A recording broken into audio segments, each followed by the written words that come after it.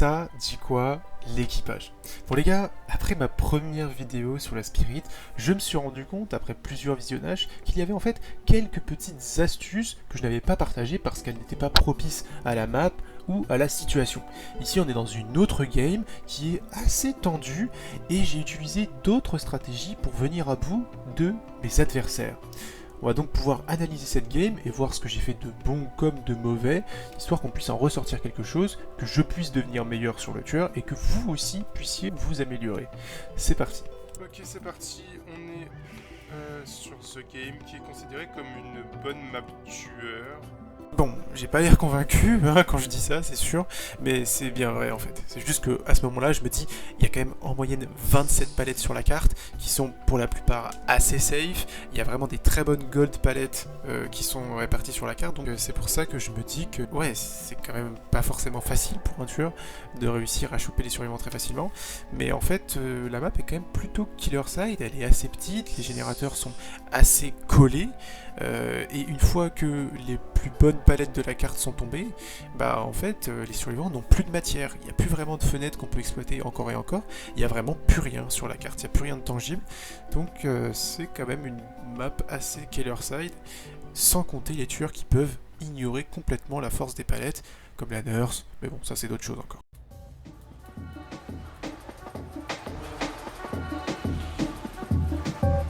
Bon, je parle, mais c'est qu'on va bientôt tomber sur notre premier survivant, et ça c'est une très bonne chose. En début de game, tout ce qu'on vient chercher à faire, c'est de trouver le plus de survivants possible, et parmi ces survivants, de trouver celui qui est dans la zone la moins safe pour avoir le premier down le plus rapidement possible. En début de game, sur cette map, c'est difficile de trouver une zone qui n'est pas safe pour un survivant, mais Jeff fait l'erreur de rester trop longtemps sur ce générateur, et je peux donc l'empêcher de déposer cette palette trop safe. Bon, bah j'ai rien dit, puisqu'au final, Jeff fait l'immense erreur de déposer cette palette. Alors certes, il vient gagner un stun, mais franchement, c'est la pire décision à prendre. Il a pris le coup de toute façon, ça ne sert absolument à rien de déposer cette palette, il aurait clairement pu l'économiser pour plus tard. Ça fait extrêmement plaisir. J'aurais pas dit mieux le W. C'est typiquement le genre de hit en début de partie qui fait super plaisir. Retirer une golden palette comme ça pour les survivants dans les 30 premières secondes, c'est juste du pain béni. Ce premier hit est en fait une aubaine car il me permet de mettre une pression sur d'autres survivants pendant que Jeff va se heal dans son coin en ayant peur de se faire one-shot par ma phase.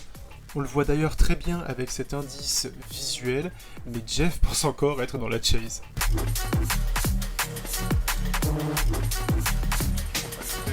Bon, ici c'est outplay parce qu'en fait sa stratégie elle fonctionne dans les deux sens. Jeff pense ici que je suis encore en chase avec lui et Lee pense également que je suis en chase avec Jeff. Elle met donc plus de temps à quitter le générateur et ça me permet de casser la distance et de forcer le 50-50 sous palette, le fameux je dépose pas. Elle prend la décision de ne pas déposer et j'en ai clairement l'habitude, c'est un coup classique du survivant à OMMR et en fait c'est beaucoup plus rentable de se prendre un stun palette plutôt que de respecter la palette et de se prendre encore 3 tours de loop.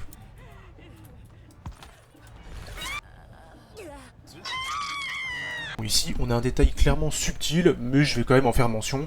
En fait, ce que j'aime bien faire, c'est que quand j'accroche un survivant, je préfère regarder le survivant que j'accroche pendant que je phase, histoire de cacher aux autres survivants ma prochaine cible. Bon alors là, on va dire que c'est simplement du pré-shot. Pendant que je déposais Lee sur le crochet, j'ai clairement entendu ce générateur avancer. Je savais donc bien qu'il y avait au moins un survivant dessus en train de travailler. Je prends donc la décision naturelle d'aller vers ce générateur très avancé pour y appliquer mon pop. Le survivant m'entendant clairement arriver en phase, il va prendre le réflexe de marcher lentement en dehors de la zone du générateur. Sachant ça, on peut clairement anticiper vers où le survivant va partir. La palette la plus proche. La palette la plus proche, elle est juste ici. Tout ce que j'ai à faire maintenant, c'est faire un tout droit.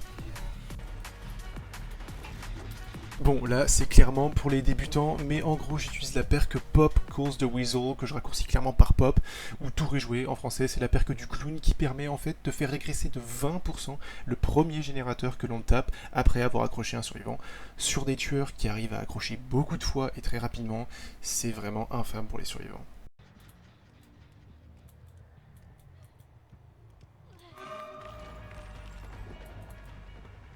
De manière comparable au spectre, la Spirit dispose d'une allonge lorsqu'elle sort de sa phase d'invisibilité.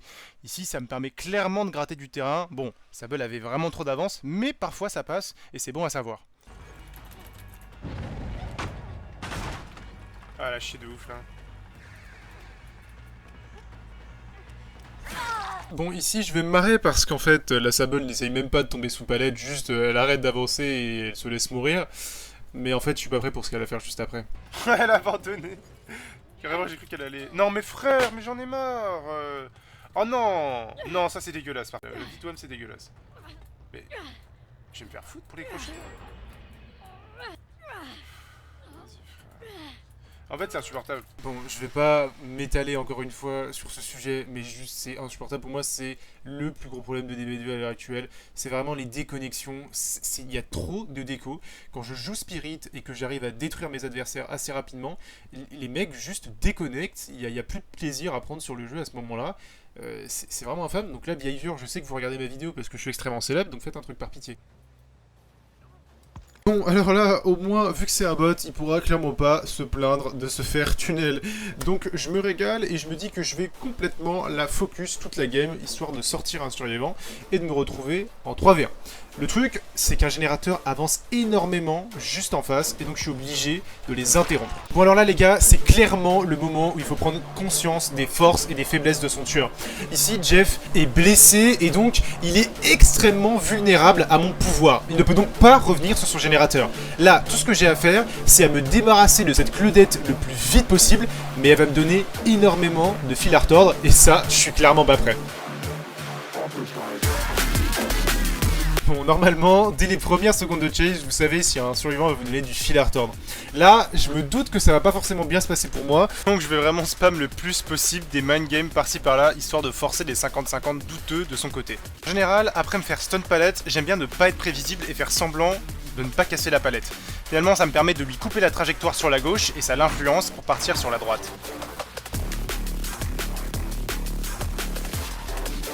Bon alors ici je me fais complètement avoir et berner par les scratch marks qui en fait me font aller dans une direction qui n'est pas la bonne. Claudette a bel et bien double back et heureusement que j'arrive à la retrouver assez facilement, en fait elle se donne, ce qui me permet de reprendre la chase.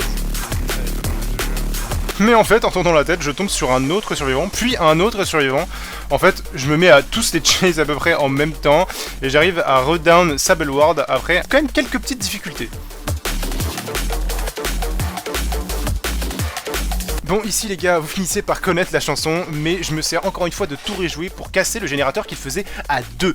Ici, je chase Jeff et pas Claudette, histoire de faire en sorte que Jeff pose la palette pour que je puisse la casser et prendre à part Claudette par la suite pour justement lui mettre un hit beaucoup plus facile. Bon les gars, à partir de ce hit, c'est du x3 en termes de vitesse et je peux vous dire qu'elle met vraiment en difficulté. J'ai vraiment du mal à la pister, c'est une folie, mais j'arrive finalement à la down. Bon, alors là les gars, plus de pitié, ça va clairement utiliser le crochet flagellateur, c'est-à-dire le crochet blanc, afin d'utiliser la perk Pain Resonance. Une perk de l'artiste, oui, encore elle, c'était elle, hein, Grim Embrace dans la première vidéo. C'est une perk qui, à chaque fois que j'accroche un survivant sur un crochet flagellateur, fait régresser le générateur le plus avancé de la carte de 20%.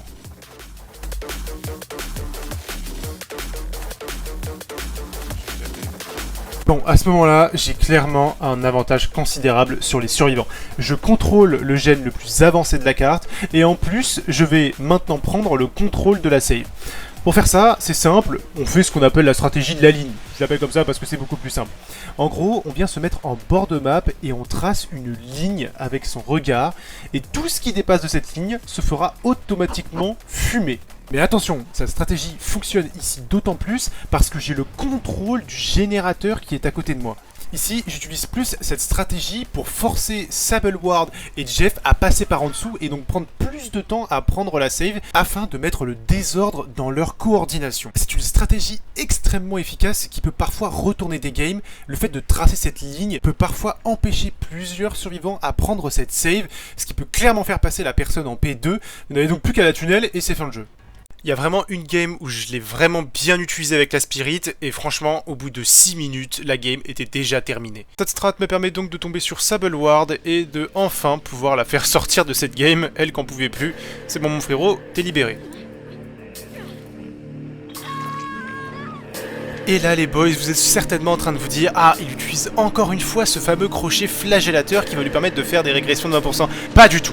La perk était trop abusée et ils l'ont nerf. Maintenant il faut accrocher à chaque fois un survivant différent. Et pour la première fois. Enfin bref. J'arrive quand même à taper son gène, c'est bien gris. Oh mais par contre ça c'est extrêmement réel parce que ça bombarde très sévère au niveau des générateurs. Si bien qu'à ce moment là j'ai des doutes sur mes chances de victoire.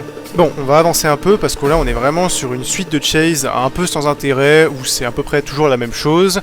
Là je viens de faire un peu plus de dégâts mais je sais aussi que je prends une pression assez insoutenable au niveau des générateurs parce qu'on a 2 générateurs qui sont assez loin. Bon, ça c'est pas vraiment de chance. Et en plus ils sont plutôt bien avancés. Il faut donc que je sois assez méticuleux dans mes déplacements et sur ma pression sur la carte. Et là on va tomber dans une séquence plutôt intéressante. On va tomber sur 2 points plutôt simples.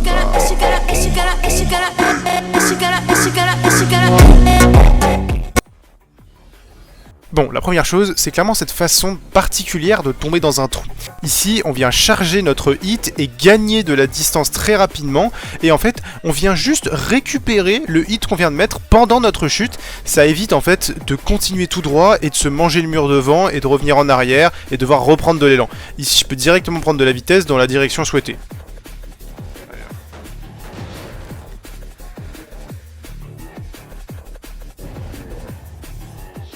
Bon alors là, on rentre dans une phase typique de jeu endgame où les survivants ne sont plus très nombreux, ils vont commencer à jouer sneaky. Là, il faut clairement se mettre dans la tête d'un survivant pour comprendre comment ça peut fonctionner et comment on peut les retrouver. Là les gars, à votre avis, où est la Claudette ? Bon, les gars, je vais pas vous mentir, en fait, il y a un tout petit indice qui donne à peu près la position de la Claudette, mais moi je ne l'ai pas vu. Voilà, quand je jouais la game, je ne l'ai clairement pas vu, et donc je suis obligé d'y aller full instinct. Je vous laisse encore un peu de temps pour réfléchir, mais bon, au bout d'un moment, je vais finir par la trouver. En fait, à la place du survivant, c'est assez logique.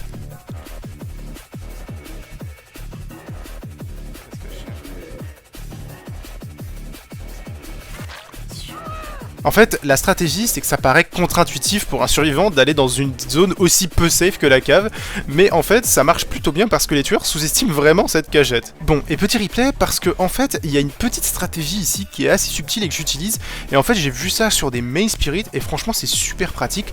En fait, quand on se rapproche d'un survivant, et là, je me rapproche de la Claudette, on vient se mettre de biais, parce qu'en fait, on a beaucoup plus de facilité à dire ce qui est à gauche ou à droite que ce qui est devant ou derrière avec la spirit. Vraiment, ça vous sauve la vie quand vous avez vraiment du mal à sound les survivants en ligne droite. C'est complètement abusé comme technique, mais ce qui est marrant, c'est que ça me permet également de bait le deadard de la Claudette.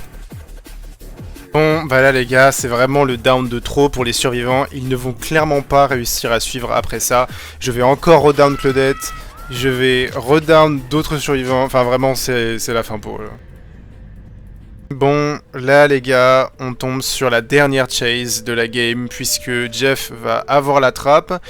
La chase est manifestement très très courte et elle va se terminer sur quelque chose de très gracieux. Bon, c'est aussi l'une des dernières vidéos que je vais faire sur ce tueur parce qu'au final, on fait assez rapidement le tour en quelques games des stratégies les plus communes et les plus efficaces sur chaque tueur. Ça peut être sympa maintenant de revenir sur la fameuse game où j'ai détruit les survivants en même pas 6 minutes grâce à la stratégie macabre, ça y a pas à dire. Maintenant, voilà, c'est pas non plus extrêmement nécessaire, mais ça peut être sympa de montrer à quel point le tunnel, le camp ou le slug peuvent être vraiment surpuissants sur des survivants qui ne savent pas gérer ça.